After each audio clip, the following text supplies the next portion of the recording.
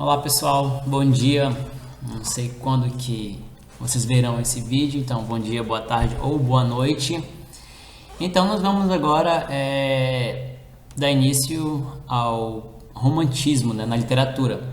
Então abram o livro de vocês para acompanhar na página 83, aula 7 de literatura. Bom, antes que nós iniciemos essa parte aqui de literatura, prosa romântica, especificamente o romance urbano e gótico, vamos fazer um breve resumo sobre o que foi o romantismo no Brasil, tá?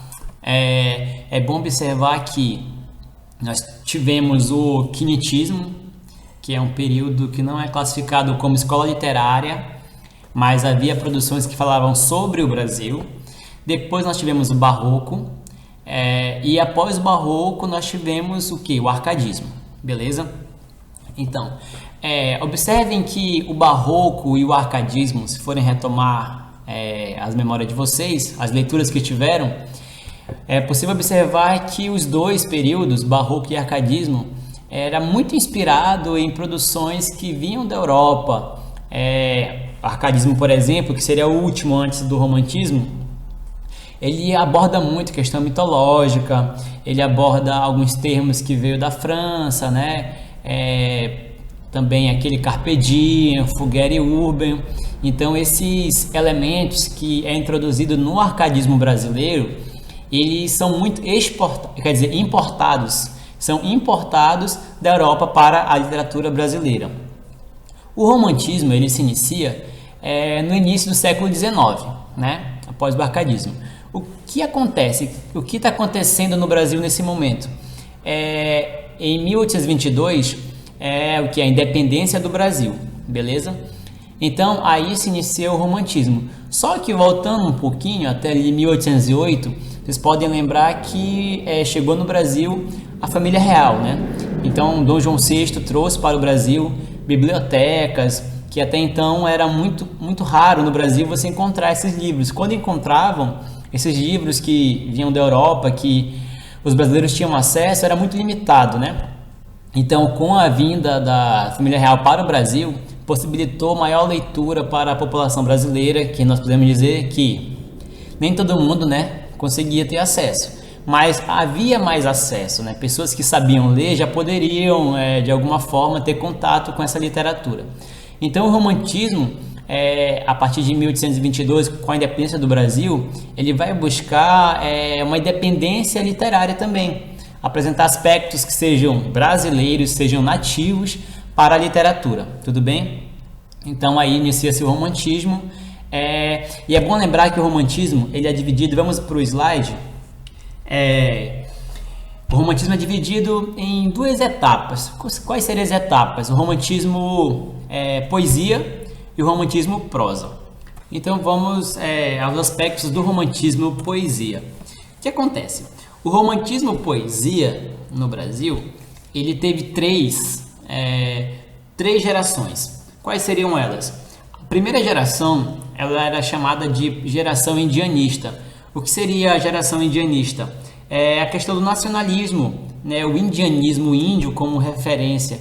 Então observem que agora os autores brasileiros, eles começavam a buscar aspectos naturais, proveniente da terra que eles viviam, né? No caso do Brasil, e colocar esse símbolo como esse indígena como personagem principal, beleza? Não apenas como personagens secundários ali dos textos e das narrativas.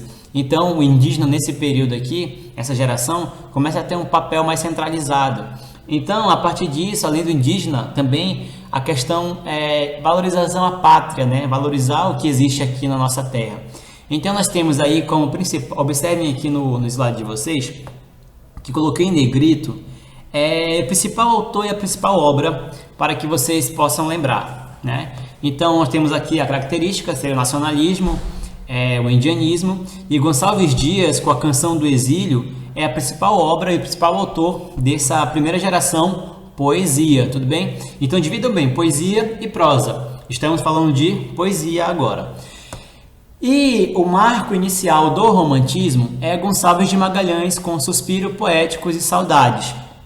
em 1836. Então, decorar a data não é muito essencial. É bom que vocês tenham uma ideia de quando que inicia o período, beleza? Então, sabe-se que inicia, o marco inicial do romantismo é 1836, beleza? O que acontece? Tá, a segunda geração, deixa eu marcar aqui a data inicial, e a segunda geração é chamada de ultrarromântica, ou então a geração mal do século. Também tem outro elemento que puderem anotar aí, Lord Byron. Ele foi um autor também que influenciou muito esses poetas brasileiros. Então, olha só, anota aí, Lord Byron, beleza? Então, qual que era a principal essência, a principal característica dessa segunda geração? Seria o egocentrismo, onde o autor, o poeta, ele vai escrever muito sobre si mesmo, sobre o seu sentimento, tudo bem? Então, eles eram, egoístas em falar somente sobre si, sobre o seu sentimento. Eles falavam um pouco sobre a idealização da mulher, que não poderia ser tocada. Nesse caso aqui, a mulher, ela é idealizada como musa. E se você observar em relacionar a pintura, as mulheres estavam sempre deitadas, dormindo, um ser totalmente intocável. Então, nós temos o egocentrismo como principal característica desse período, o individualismo, a subjetividade, tudo bem? Aqui na marcado macabro, o tédio e o pessimismo. O que acontece? Esses três itens aqui, eles vão ser relacionados um pouco a um cara que vocês vão conhecer, vocês vão entender um pouco mais sobre ele, que é justamente Álvaro de Azevedo. Esses três elementos aqui, como é o mesmo autor, ele vai estar linkado tanto na poesia quanto na prosa. Então, daqui a pouco eu volto a ele, tudo bem? Mas Álvaro de Azevedo, por exemplo, ele escreveu a Líra dos 20 anos. E qual que é a característica dessa obra dele, Líra dos 20 anos? É o dualismo. Ele consegue ter ideias diferentes, ele trabalha muito a questão dual entre as suas personagens. Se lembrarem um pouco de Fernando Pessoa, que tinha 4 heterônimos, o Álvares não tem heterônimos, mas ele consegue, na poesia dele, trabalhar aspectos diferentes, beleza? Temos também, ele é o principal autor dessa época aqui, tá? Da segunda geração ultrarromântica mal do século. Também nós temos aqui, Casimiro de Abreu, que escreveu o quê? As Primaveras. E o principal elemento que ele utiliza nesse texto, nesse poema, é o que? Saudades, né? Então ele fala da saudade, ele fala saudade das terras dele, né, ainda em Portugal, mas também saudade da sua infância aqui no Brasil. E são coisas que ele vai trabalhar referente, mas sempre voltado para a saudade. Fagundes Varela também, Cântico do Calvário, então ele fala um pouco sobre a dor da perda. O Fagundes Varela era aquele cara que ele era muito boêmio, né? Então ele vivia nessa vida boêmia dele, e ele tinha uma questão psicológica, talvez, né, que fundamentava a sua escrita, tudo bem? Então ele escrevia muito sobre a perda, alguma coisa relacionada aos seus sentimentos de desilusão do mundo, alguma coisa assim. E Junqueira Freire, Imperações do Claustro, que fala sobre o que? Pessimismo. Pessimismo com o quê? Como ele se enclausurou, né, em um mosteiro, ele foi tentar viver uma vida de paróquio, né? Então ele escrevia muito sobre o pessimismo, sobre algumas coisas que ele não concordava que a religião fazia, né? Como deixar as coisas do mundo e viver somente para Deus. Então ele era um pouco pessimista em relação a isso, e é nisso que se insere as escritas sobre Inspirações do Claustro. Então essa foi a segunda geração, a geração ultrarromântica ou mal do século, onde as pessoas que liam, por exemplo, As Primaveras, ou então Líra dos 20 anos de Álvaro de Azevedo, eles sentiam muito a questão subjetiva da vida, e algumas pessoas sofriam, choravam, e alguns até se matavam por causa disso. Então, por isso que seria o mal do século, beleza? Não se esqueça que pode ter o nome também aqui como aspecto principal, Lord Byron, beleza? O que acontece? Também nós temos a terceira geração da poesia. Ora, a terceira geração da poesia é chamada de condoreira. Lembre de condoreira, o condor, né? Aquele pássaro. Então, o que acontece? O pássaro significa liberdade. Agora, o poeta, ele pode ter liberdade para escrever como ele quiser. Ele não precisa seguir uma métrica, uma escansão perfeita. Então, aqui já não existe mais aquela questão da métrica perfeita. Ele obedece ali um sistema de poesia, mas a hora ou outra ele foge aquilo. Tudo bem? Não é algo muito fixo. Então, isso seria a liberdade. E o principal aspecto que eles falam é o quê? É a denúncia social. Eles vão fazer essas denúncias sociais referente ao algo que acontece na sociedade brasileira. Então, nós temos como principal, não botei de negrito, mas marquem aí, ó, o Castro Alves. Ele é o principal poeta da terceira geração. Ele escreveu, por exemplo, o Navio Negreiro, que é a sua principal obra, e que fala sobre quem? Fala sobre o Brasil. De que forma? Fala sobre a escravidão no Brasil. Mesmo após a questão da proibição de vendas de escravos, né, da escravidão no Brasil, mesmo assim ainda continua se trabalhando com escravos, né, explorando escravos. Então, esse poesia dele, esse poema dele, foi feito para ser declamado. Então, se vocês puderem ler depois, tá no livro de vocês. Deixa eu ver aqui a página. Só um momento, deixa eu encontrar aqui a página para vocês.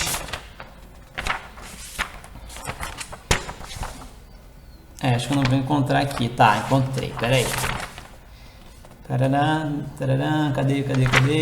Tá, Navio Negreiro, página 51, tudo bem? Então, a 51 vocês podem observar aí que ele foi feito para ser declamado, né? Era um sonho dantesco, o tombadilho, que das luzernas a vermelha o brilho, em sangue a se banhar, tinha de ferros, estalar de açoite, legiões de homens negros como a noite, horrendos a dançar, negras mulheres suspendendo as tetas, magras crianças cujas bocas pretas regam o sangue das mães, outras moças mais nuas e espantadas, no turbilhão de espectros arrastados, e ânsia e mágoas vãs. Então vocês observam aí como que ele escreve, né, uma forma de declamação, que é para ser lido em público, quer dizer, foi lido em público, né? Então nós temos aí Castro Alves como grande autor da poesia terceira geração. Temos também Souza Andrade. Souza Andrade, ele escreveu Guisa Errante, e o que acontece? Ele fala um pouco não só sobre o Brasil, mas sobre a civilização americana, incluindo as três Américas, América do Norte, América Central e América do Sul. Então ele faz esse trabalho contextualizando também problemas sociais, mas das três Américas, diferentemente de Castro Alves, que só fala do Brasil. Tudo bem? Bom, temos também agora a prosa. A segunda parte do romantismo, ele é a prosa. Então a prosa também tem três gerações, né? Então é dividido não gerações, mas tem três aspectos. O primeiro é o indianista, acompanhando o slide aí, ó, o indianista. O segundo é regionalista e o terceiro é chamado de urbano e gótico. O que acontece? Nós temos aqui no indianista a figura do indígena, como eu falei para vocês, né? O indígena, ele vai ser agora não apenas um personagem secundário de uma obra literária, mas vai ser o principal. Então, o que acontece? José de Alencar, anotem o nome dele aí, ó, como principal autor do romance indianista, ele traz ali, ó, o Guarani e Iracema, também o Birajara. Mas o Guarani nós temos ali o romance entre a Ceci e o Peri, que seria o índio, o Peri, e a Iracema nós temos a figura feminina, a Iracema, que se apaixona por Martinho português. Então nós temos aí como principal personagem o que? O indígena, né? Então ele subiu, ascendeu essa categoria. É importante ressaltar que a primeira obra do romance em prosa, no caso do romantismo, foi o que? A Moreninha, de 1844. Então são duas obras. A obra que marca o romantismo em forma geral é Suspiro, Poéticos e Saudades, de 1836. E na prosa, o que inicia a prosa é a Moreninha, de 1844, né? Beleza? Que é de Joaquim Manuel Macedo.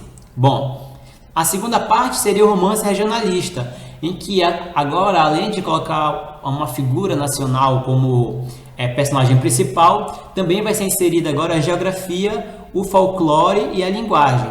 Como assim? Na obra vai ter toda essa abrangência. Então nós temos mais uma vez José de Alencar, que ele é dono e proprietário do romantismo, ele vai alternar nas três fases do romantismo prosa no Brasil. Então ele escreveu o gaúcho, tio e sertanejo, que vai abordar justamente isso, a linguagem, o folclore e a geografia. Também nós temos Bernardo Guimarães com a escrava Isaura, que ele vai trabalhar, ele é do Mato Grosso, então ele trabalha aquela região mais central do Brasil, tudo bem? E além de Escrava Isaura, ele escreveu também O Seminarista, que é muito bom, uma boa obra de Bernardo Guimarães. E também Visconde de Tunê, é chamado Tunê, Taunay, tem uma pronúncia que sempre tem uma divergência, e que ele escreveu Inocência. Então Inocência é um doutor, né? É um doutor que se apaixona pela sua enferma, e aí há um romance que vai trabalhar a questão de uma localidade no Brasil. E também Franklin Távora escreveu Cabeleira, que aqui se inicia aquela questão do cangaço, um personagem do cangaço que aterrorizava ali a região norte. O norte aqui, para Franklin Távora, anotem aí, esse norte aqui é o Nordeste. Ele fala norte do Brasil, mas de uma forma geral é norte e nordeste, beleza? Não quer dizer que é o norte ali, é o Grão-Pará, não tem isso, né? O norte para ele é um todo, então seria, aqui seria nordeste especificamente, tudo bem? E a terceira parte é o romance urbano e o gótico, no caso, né? O que seria o romance urbano? O romance urbano já começa a trabalhar muito o dia a dia, então ele vai ter o que? O humor e a ironia, né, dentro desse romance, dentro dessa prosa narrativa. Então Manuel Antônio de Almeida escreveu Memórias de um Sargento de Milícia, então trabalha muito o dia a dia, um contexto em que as pessoas começam a ler ali para se divertir também, não é só aquela questão do amor entre homem e mulher, entendeu? Mas é uma questão de humor, uma crítica, uma sátira social, ele trabalha um pouco disso. E mais uma vez, José de Alencar, como principal, né, autor também aqui da terceira fase, isso do urbano, tá? Ele escreveu Lucila e Senhora, mais das obras dele, Senhora, risquei em cima. Senhora é uma obra muito boa também, que trabalha a questão de uma mulher que ela é deixada pelo marido e depois ela ascende socialmente, entendeu? Então é muito legal aqui também a leitura de Senhora.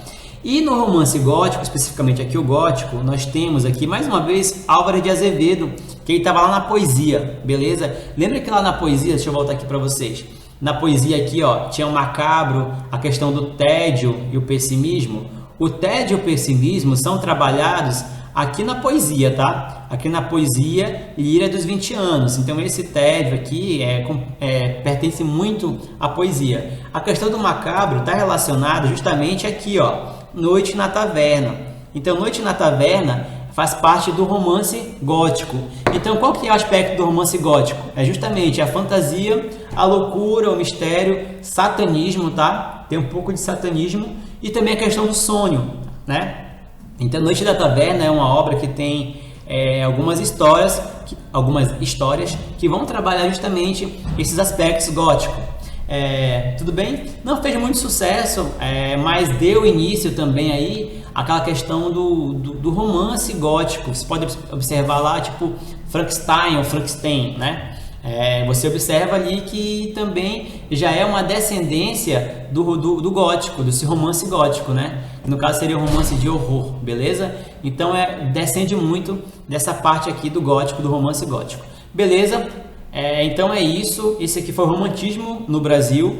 Resumindo tudo, divide-se em poesia e prosa. Nós temos 3 gerações de poesia indianista, nós temos ultrarromântico, Mal do Século, ou Lord Byron, né, que veio de Lord Byron, e nós temos também a terceira geração, que é a Condoreira, que é a liberdade e a crítica social, beleza? E na prosa nós temos 3 também escolas não, né? 3 tipos de romance: o indianista, o índio, figura central, o regionalista, o folclore, a linguagem daquela região e também a geografia daquela cidade, daquele estado. E nós temos o romance urbano, que trabalha o cotidiano da cidade, do dia a dia, as pessoas, beleza? E o gótico, que vai trazer a questão da fantasia, loucura, mistério, satanismo e sonho. Beleza? Então é isso, romantismo no Brasil. Obrigado.